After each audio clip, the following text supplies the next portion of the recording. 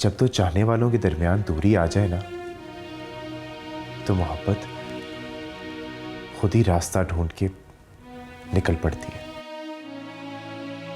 अगर हमारे दरमियान दूरी ना आती ना, तो शायद नूर अफरोज मुझसे शादी तो कर लेती, पर मोहब्बत ना करती।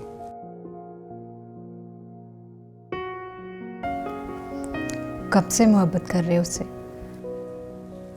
पता नहीं, शायद जब से मैं हूं, या शायद जब से वो है।